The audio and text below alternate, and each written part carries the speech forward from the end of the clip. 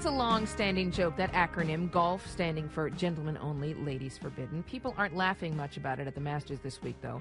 The golf tournament kicked off at Augusta National Golf Club yesterday, and once again, it's not the greens, but the membership policy that's making headlines. Augusta is defiantly men only. Always has been. Some members say it always will be. But here's the dilemma. Traditionally, Augusta offers membership to the CEOs of the three major corporate sponsors of the Masters tourney. But for the first time in the club's history, one of those CEOs is a woman, Virginia Romedy of IBM. And Augusta National has been relatively mum about whether or not they will open up their membership to a woman at this point. Here's Augusta National Chairman Billy Payne digging himself a little deeper into the bunker at a press conference earlier this week. All issues of membership are now and have been historically subject to the private deliberations of the members. Once again, that deals with the membership issue, and I'm not going to answer it. Once again, though expressed quite artfully, I think that's a question that deals with membership. All right, so Augusta may be silent on this issue, but very few other people have been. Joining us now, Nicole Neely, Senior Fellow at the Independent Women's Forum. Gloria Felt, author of No Excuses, 9 Ways Women Can Change How We Think About Power, which has just been released in paper book. Felt's also the former president and CEO of Planned Parenthood. Thanks to you both for joining us. Sure, pleasure. I should mention at the outstart that as a private club, Augusta is under no legal obligation to include anyone. They can be as an exclusionary as they want. But Nicole, should they be exclusionary? You know what? I think this is a business decision, and I think it is a bad business decision. They could have really capitalized on this historic opportunity. They could have gotten terrific positive PR. And we're already starting to see people start to file protests and petitions about this. So I think they made a terrible call.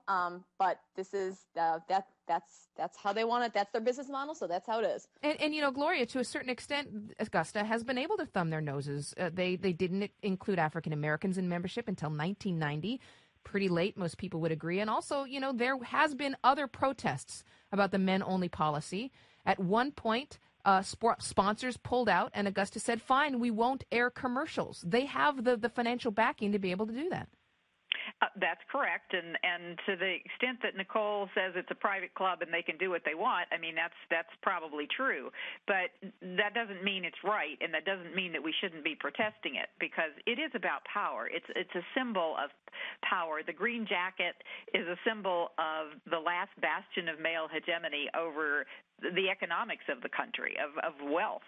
And so it does matter. It does matter. And excluding women, despite the great progress we've made, is such an incredibly, I would just call it an epic fail. And I think it's an epic fail on the part of Augusta, but I have to say, I also think it's an epic fail on the part of IBM and Romedy herself. I think she should be speaking up and standing up for not only herself, but other women. It's a missed opportunity. And IBM has also not come forward and made any comment on this, but lots of other people have. Mitt Romney said, if I were a member and if I could run Augusta, which isn't likely to happen, but of course I'd have women in Augusta. And the White House weighed in as well. Here's Jay Carney.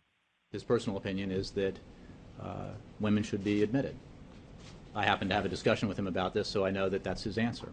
Him that he's talking about there is President Obama. Jay Carney is the White House press secretary. So, Nicole, if it was a bad business decision, maybe to not already invite Virginia Romedy of IBM, is it a better business decision to cave to pressure? Well, you know what? I think taking a step back, there is really a legitimate role for single-sex only organizations, and that might sound behind the times, but there's really nothing inherently wrong and harmful to society or to women in particular to tolerate the existence of male-only clubs. I mean, think about, I'm a member of the Junior League. That's a women-only club. And so I'm not really sure why a male-only club is intrinsically more problematic or elitist than one that merely sorts by social status or by income. So I don't really, I get that people are upset, but I think it is misplaced anxiety. Here's the problem. Okay, Gloria, go ahead and respond. Yeah, if you don't mind, obviously it does matter because men aren't clamoring to get into the Junior League. If the Junior League had the kind of power that the Augusta Golf Club had, men would be clamoring to get into it. And that's really the point. The world turns on human connections, and who you get to hang out with does make a big difference. And if the power brokers are all hanging out on the Augusta golf course, then women who have become power brokers, like Ginny Rometty, should be able to be a part of that.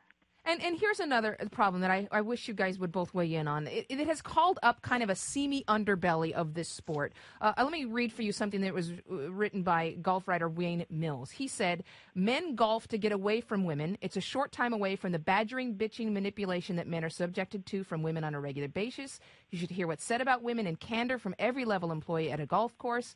They will tell you women are a pain in the tush. They complain, they're rude, and they are cheap." This seems to me to be the PR problem for Augusta, that this controversy seems to invite this kind of unfortunate comment. You know, I'm blown away by it. I'm sort of speechless. Nicole? Oh, no, I think it's a problem for Augusta. I think it's a problem for the PGA, and hopefully this controversy will force them to take a hard look at it, because one of their fastest growing market segments is women.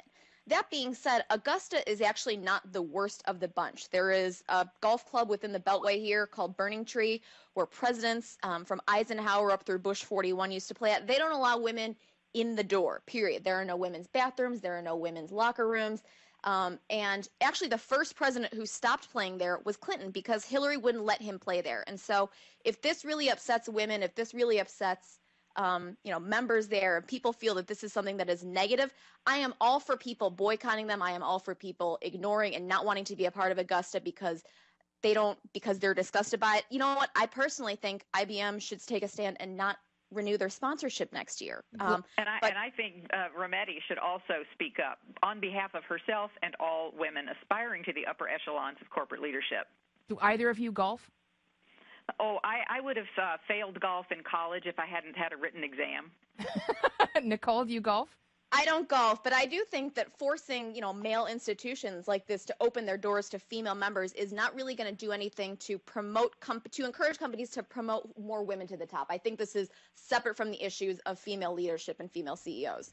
Nicole Neely, Senior Fellow at the Independent Women's Forum. Gloria Felt, author of No Excuses, 9 Ways Women Can Change How We Think About Power. Thank you both for joining us. I know that many of you out there in the listening world have a lot to say about this. Give us a call at 877-8-MY-TAKE. Post your comment at thetakeaway.org.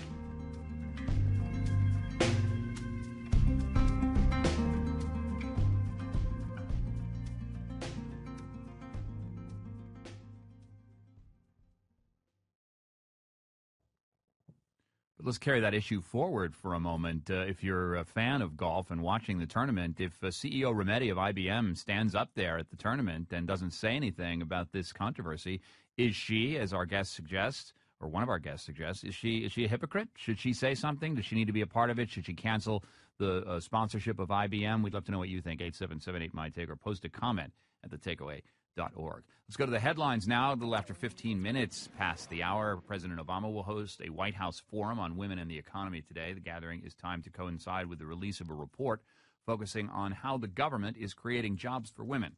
A leader of an international heroin smuggling ring that ran large amounts of drugs through Dulles International Airport in Virginia will be sentenced today. Edward McCauley is one of 12 defendants who have been charged. He faces at least 10 years in prison. A town that describes itself as the smallest in the U.S. has been sold at auction. Buford in Wyoming has just one inhabitant, the retiring mayor, Don Salmons. He told ABC News why his town is special. Amazing people come in here. That's the thing that I'm going to miss the most, is that I got travelers from all over the world and had conversations that I would never be able to have. Buford was sold for $900,000 to an international buyer from Vietnam.